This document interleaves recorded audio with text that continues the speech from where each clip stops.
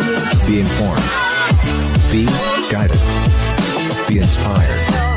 As Hector Macalalag Leadership Channel proudly presents review sessions for Principals Swain and DMT.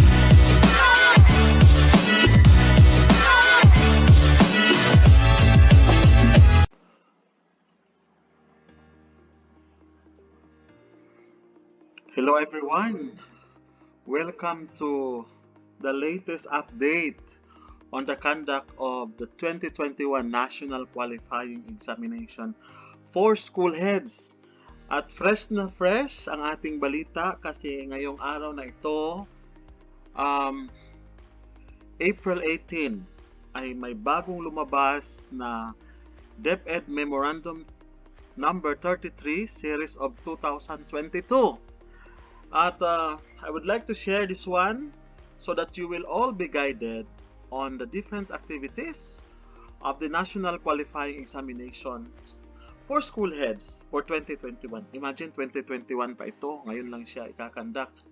So, kaya please listen carefully as I will discuss the salient points on the conduct of the 2021 National Qualifying Examination for School Heads. Alam niyo, marami talagang nag-aabang ito. Marami nagtatanong as an Assistant Schools Division Superintendent of my division, as well as bilang nagpapalaganap ng free concept review of this and National Qualifying Examinations, at bilang isang flexible learning tutor ng Simeo Initec. Napakaraming nagtatanong, marami excited.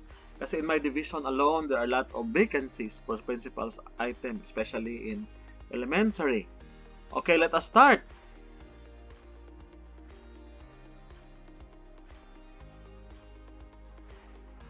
So, ito yung content ng DepEd Memo number 33, series of 2022. Passing the National Qualifying Examination for School Heads, or NQESH, also known as Principal's Test, is one of the requirements for appointment and reclassification of all aspiring applicants to the principal and assistant principal positions in all public elementary and secondary schools, pursuant to the following issuances. Kasi naman, you will never be promoted if you did not pass the National Qualifying Examination. Although may provision sa DepEd Order number 97 series of 2011 na you can be appointed as principal without passing, pero napakahirap ng process, no? You need to be SBM level 3, you need to top the you need to satisfy 3 out of 5 indicators. So that's why kailangan nyo talagang pumasa of the principal's exam. So, this is guided by the following issuances. DepEd Order number 42, series of 2007. Imagine, napakatagal natin ito. It's more than 15 years already. The revised guidelines on selection, promotion, and designation of school heads. DepEd Order 97, series of 2011. Revised guidelines on the allocation and reclassification of school heads positions. So, speaking of this DepEd Order, napakatagal na rin. It's more than 10 years already. In fact, this is more than 11 years already. And then we have DepEd Order number 41, series of 2016, entitled Additional Guidelines on DepEd Order number 19, series of 2016. Guidelines on the organizational structures, patterns of standalone and integrated public senior high school. Because mayroon tayong assistant principal item. So, kailangan sila mga principal personnel kasi yung ano niya, equivalent niya ay salary grade 19. Assistant principal 2 is also equivalent to principal 1. So nobody will be promoted to assistant principal position without passing the examination. Okay. Number 2, in this regard, the Department of Education, through the Bureau of Human Resource and Organizational Development, shall administer finally the 2021 National Qualifying Examination for School Heads, or NQESH, on June 21. Okay, take note. June 21 is the final date. Due to the COVID-19 pandemic, the examination shall be administered nationwide through a secured online platform. Wow, this is first time in history that we will have the examination on online platform. Alam nyo ba, yung bar exams ngayon, marami yung pumasa na online siya. So we are hoping na sana ganun din ang mangyayari ng online principals exam na ito. Considering na napakaraming item na vacant kasi wala nang passer ang mga division offices. So in my division alone, we have more than 15 passers for elementary, or more than 15 items for elementary, and yet there are no principal passers for elementary. A mock exam shall be conducted prior to the actual examination to familiarize the examinees on the platform. So mayroong practice parang dry run, no? Details of which shall be sent to the examinee's email address. So magkakaroon ng papadalhan kayo ng email address. Aspiring school heads, regardless of their current positions, are qualified to take the national qualifying examination for school heads. So aspiring squad, no? Provided that the applicants meet the following qualification requirements, has acquired any of the following requirements as of March 31, 2022. Take note of the cut-off date, March 31, 2022. Kasi pag nagbilang na kung ilang years ka na as head teacher, as teacher, ang ating cut-off date ay March 31, 2022. So talagang tuloy-tuloy na ito kasi may date na sila, may mga cut-off na. Consistent with DepEd Order number 39, Series of 2007, entitled Modified Qualification Standards for Position of School Heads and Principals. So ito yung mga qualifications. 1 year as head teacher. So ibig sabihin dapat na-appoint ka as head teacher last March 2021 kasi March 31, 2022 yung cut-off niya. So mag 1 year ka, no? 2 years as TIC. So dapat March 2020 dapat na-appoint ka na or na-designate ka na as TIC. Or 2 years as master teacher. Kung hindi ka teacher in charge pero master teacher ka for at least 2 years, so dapat na-appoint ka as master teacher last March then 2020 kasi 2 years siya, di ba? And then letter D, teaching experience for 5 years as follows. So pwede siya teacher 3 or other salary other positions with the same salary grade. So kailangan 5 years yan.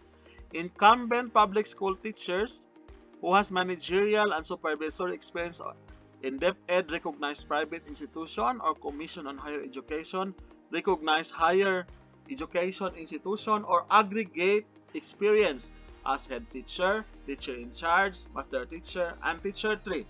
So ibig sabihin, pwede i-combine yung experience ng pagiging head teacher, teacher in charge, master teacher, and teacher 3. So, anong aabutin natin? Halimbawa, head teacher ka for 1 year pa lang. So, hindi ka definitely, you will not qualify for letter A condition. So, anong gagawin? But you are teacher in charge for more than 4 years. So, i-aggregate mo yan, ang kailangan mong abutin ay 5 years. No? As well as master teacher and teacher 3. So, pwede mong i-ano yan.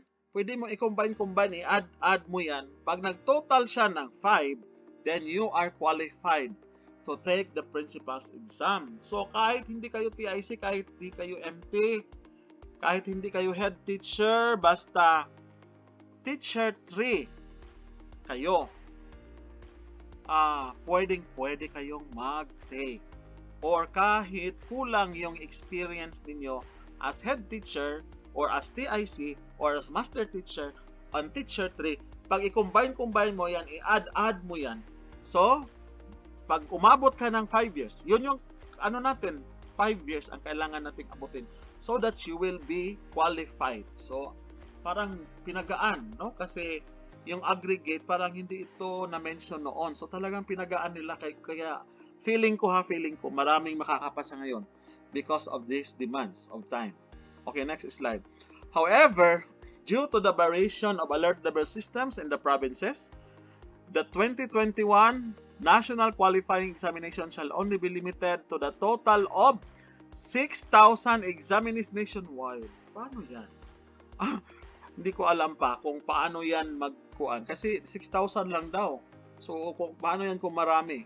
So, each region, therefore, shall only be provided slots based on the number of unfilled Principal 1 positions. Thus, DepEd regional offices shall refer to the following order of the priority for consideration in the list of examiners.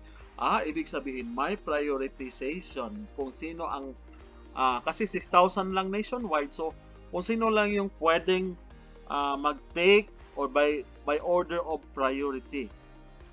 So, ang priority number 1 are those incumbent officer in charge, TIC, for at least 2 years, or head teacher for at least 1 year, so, or public elementary or secondary school with designation or special order duly signed and issued by the school's division superintendent.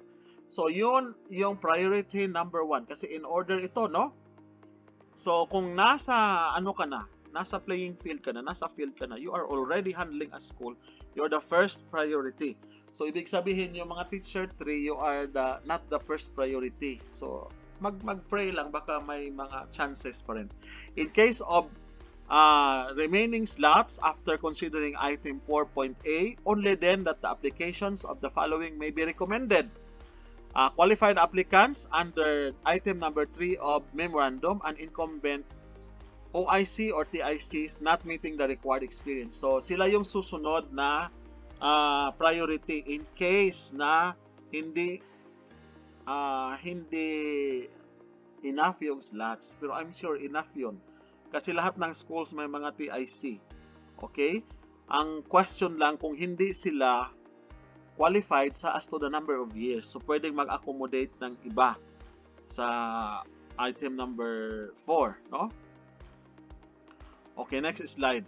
Applications will be done through online through the National Qualifying Examination for School Heads online application system following the schedule below.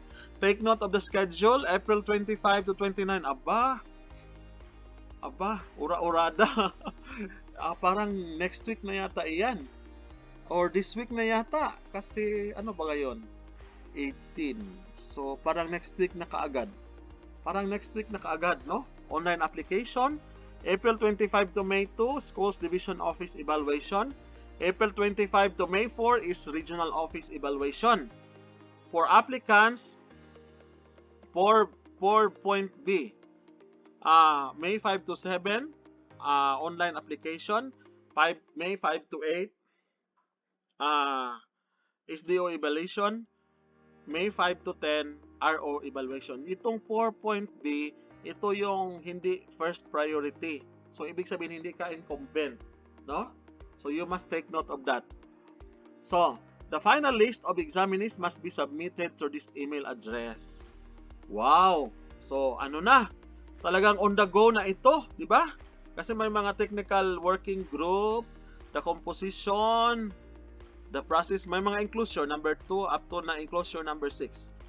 And then the examination shall cover actual, conceptual, and situational critical thinking questions relevant to the role of school head aligned with the standards set by the Philippine Professional Standards PPSSH as stipulated in DepEd Order number 24 series of 2020 or the national adoption and implementation of the Philippine Professional Standards for school heads.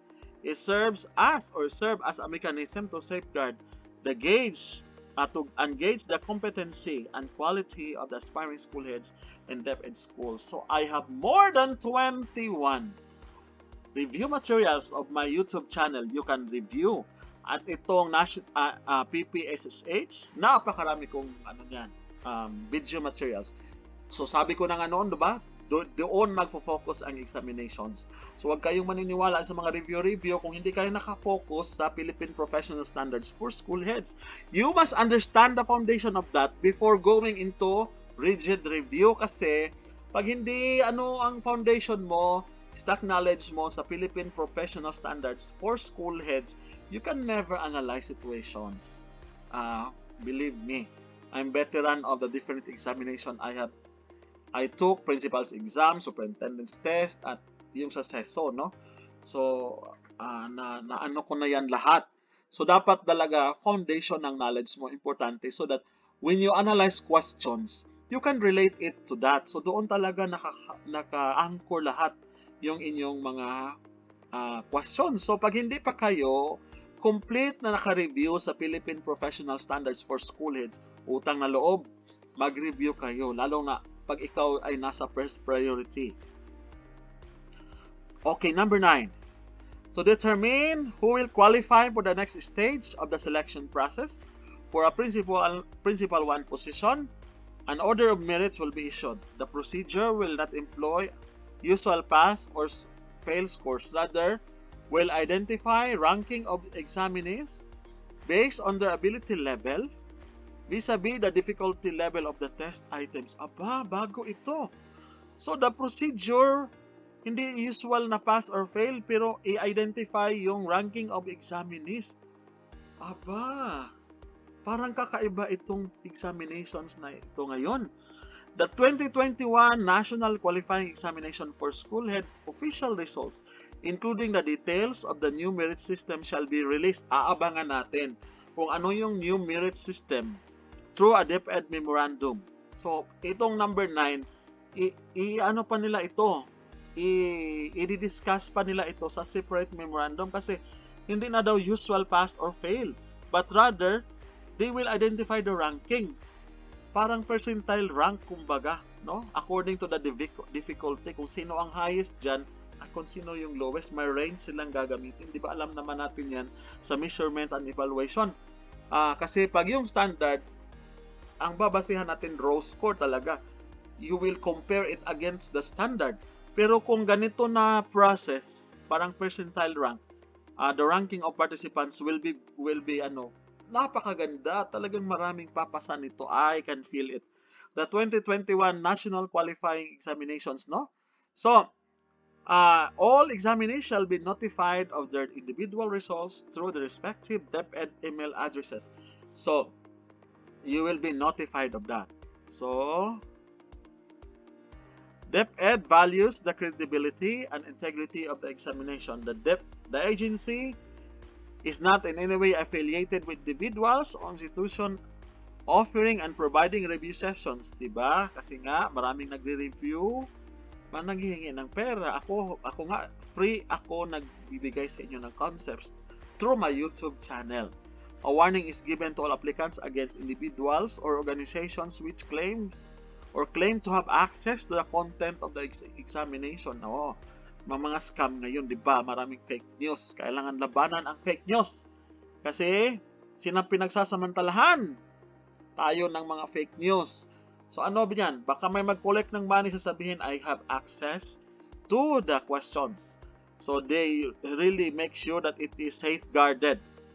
So, organizations who shall have direct or indirect requests for test content and or perform an act of bribery, monetary or gifts to central office, regional office, and SDO employees shall be subject to investigation and or filing of appropriate administrative case. So, beware of that.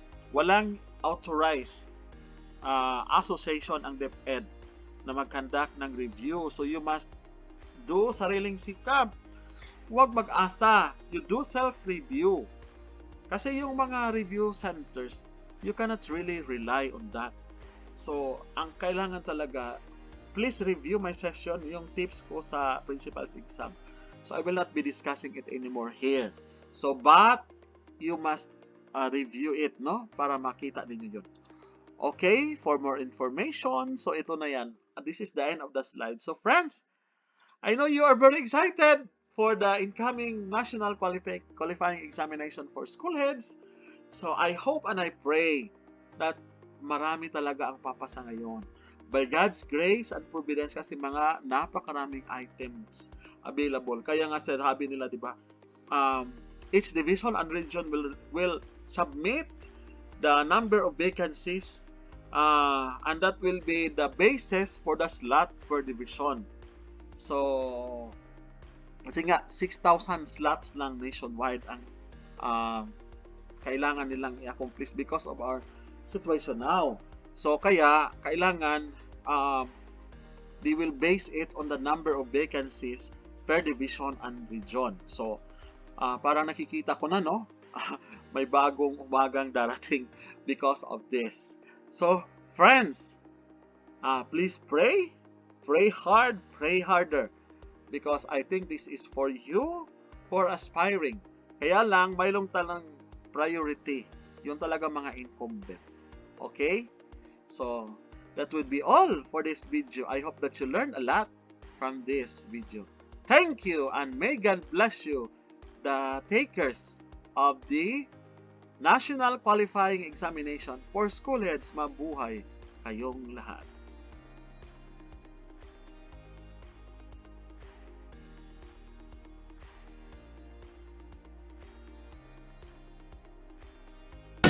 Be informed. Be guided. Be inspired. As Hector Macalalag Leadership Channel proudly presents review sessions for Principals Swain and DMT.